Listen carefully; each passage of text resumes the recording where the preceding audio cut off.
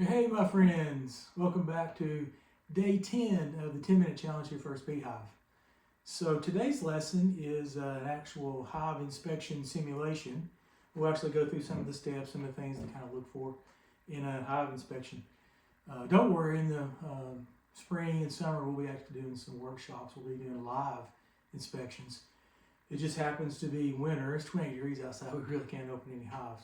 So we'll do a simulation today, and first thing you need to do really is to get your gear on. Make sure you get your hat, jacket, full body suit, whatever you decide that you're going to be using, gloves, that kind of thing. Then light your smoker. Make sure you get it lit. I think we went over that yesterday in yesterday's lesson. And then once you got that done, the very first thing I do is just check the front entrance and make sure you everything looks good there. And what I mean by looking good, you see bees coming and going. There's a regular flow of bees coming and going. Are they bearding? If they're bearding, they may be a little bit too warm on the inside. Maybe potentially you need to add some space.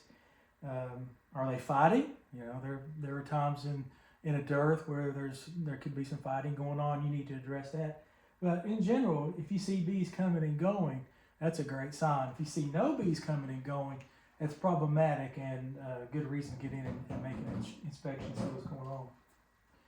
So, after you've done that, first thing to do is, I'm going to move this out of the way, we don't really need that for now.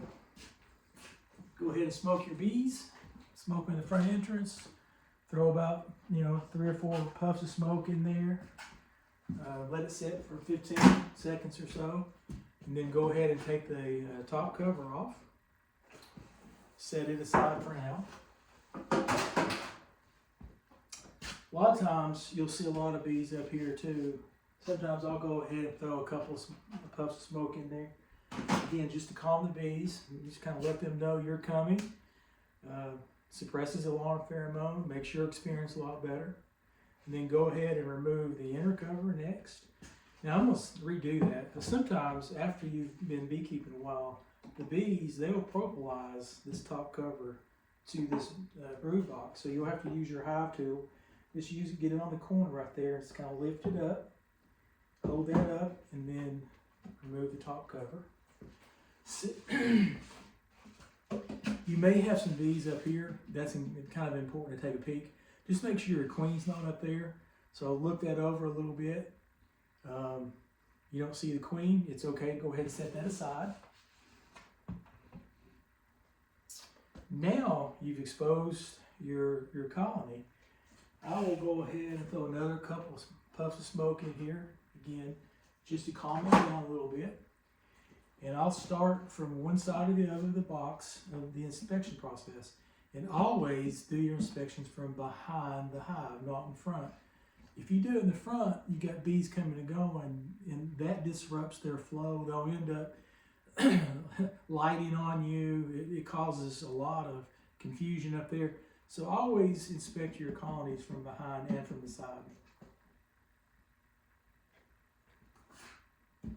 First thing you want to do is take your hive tool and start with this first frame right here. What we want to do is go ahead and remove this first frame and give ourselves some space to inspect some of the other frames. So to do that, use your hive tool as leverage.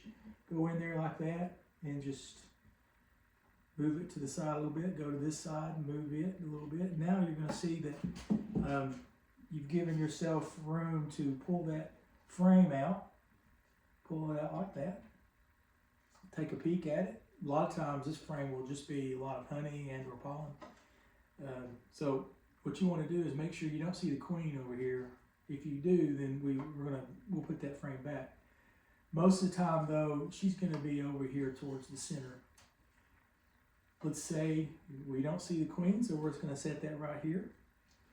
Now we're going in to the second frame. What we've done, we've given ourselves some space so that we can actually pull these frames out without rolling the bees. That upsets bees, and the other thing too is you don't really want to roll your queen, so you make sure you give yourself some space. So we're going to go to the second frame, and I'm going to stop for a second. Here's what we're looking for in our inspections. we're looking for what I call the big three. In my method, it's called the detect and inspect method. So I am detecting some issues and I'm inspecting at the same time. So I'm looking for the big three, and that means brood, food, and eggs. So I'll go to the next frame, give myself some space by using my hive tool, just use it as leverage. Reach in there and pull this frame out and look and see what you see. So we're looking for brood, food, and eggs. Let's say on this frame, all I see here is pollen and honey. I'll say, okay, fine, that's fine. I'll move this, I'll put it back in here. I'll move it to the side. It means I've checked this frame. I'm gonna go on to the next frame. Next frame, same thing. I use my hive tool as leverage, give myself some room, pull the frame out. Notice when I pull that out, there are no sides on either side to roll the honeybees and a row of potential queen. So here we are. Now I see potentially, I've got comb. I see brood, potentially see eggs. And there's honey. Got honey in the corners, honey here. Essentially, your hive inspection's done. You've seen brood, food, and eggs. That means everything's going well. They're bringing in food, they're bringing in pollen, they're bringing in honey. Your queen's laying. You know that because you've got brood, and you also have eggs. Essentially, your inspection is done if you want it to be. Now, a lot of people like to go ahead and find the queen. And if that's the case, go ahead and put that frame back, go to the next frame, pull it out, looking for the big three again, brood, food, and eggs. Let's say we see that. Again, potentially your hive inspection is over. Now we're going to be doing a video on how to find the queen, so we're not going to go through that process right now. I'm just going to say that once you found the big three and you're satisfied with everything that you've seen so far, your inspection is done. So you'll move that frame back in, move it, slide it back over, use your hands to do that, do it carefully. Slide this frame back over. Slide this frame back over that you have inspected, and then bring your last frame that you pulled out. Typically it's just honey. You'll put it back in the hive. Now, we have to respect our bee space. And by that, what I mean is all of the frames need to be touching. These shoulders all need to be touching. And then you want to center up all your frames. Because if you don't, you'll begin to get wonky comb build out on the sides over here. So kind of eyeball the center. You want to center all the frames. They're all touching, and then you put it back in the center. And you're done. Bring your inner top back in. Put your inner top back on. Inner cover. Put your top back on. And you're done. That, in a nutshell, is all you have to do. Now, in the beginning, I guess I want you to be in there a little bit and maybe check all the frames, try to find the queen, that kind of thing.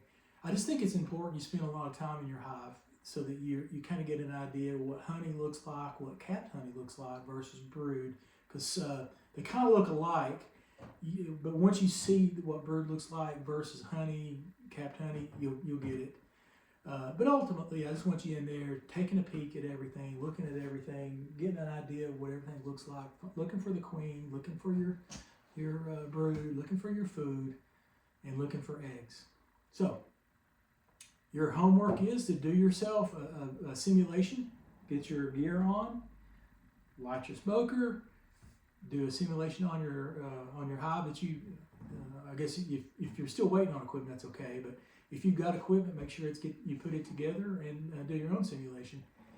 And I'll see you tomorrow.